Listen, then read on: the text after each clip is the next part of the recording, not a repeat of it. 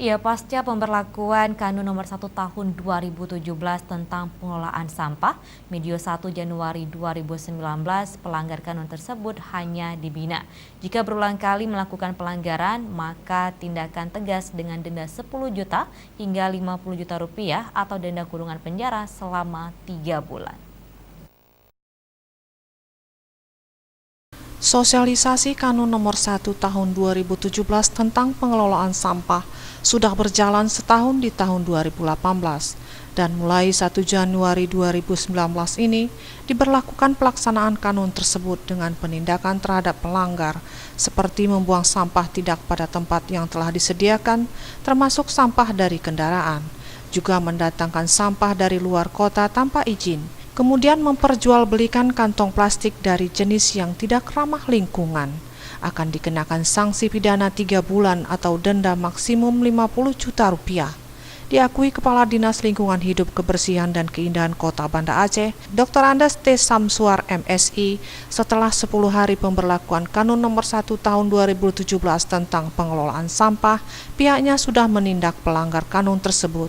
Tapi dikarenakan baru permulaan sehingga pihaknya masih memberikan pembinaan dan diharapkan supaya tidak mengulangi perbuatannya. Dikatakannya ada 3 kawasan di Kota Banda Aceh sebagai pilot project atau lokasi percontohan pengelolaan sampah yang baik, yaitu sekitar Masjid Raya dan Penayung juga sekitarnya.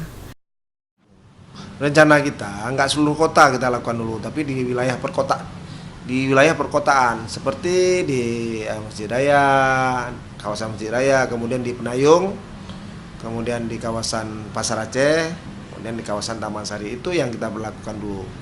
Walaupun kenapa ini belum kita lakukan di awal, karena ini kan untuk melakukan ini kan perlu pendampingan dari kejaksaan, dari kepolisian, dari pengadilan.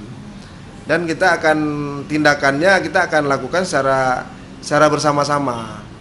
Misalnya sebulan kita ambil minggu pertamanya di hari apa. Ini kita turun di kawasan Masjid Raya, di kawasan Penayung. Ini kita buatkan satu ini, kita lakukan OTT, operasi tangkap tangan lah istilahnya kan. Nanti kan kita berikan penindakan. Penindakannya bagaimana? Tentu penindakannya ya karena ini baru ya sesuai dengan kondisi kemampuan ya. Karena baru ya mungkin itu pembinaan dulu. Ditambahkannya keterbatasan petugas kebersihan dengan rasio luas Kota Banda Aceh dan jumlah penduduknya, sehingga di awal pemberlakuan kanun ini secara bertahap pengelolaan sampah di 3 kawasan terlebih dahulu dan setelahnya menyebar ke seluruh wilayah di Kota Banda Aceh.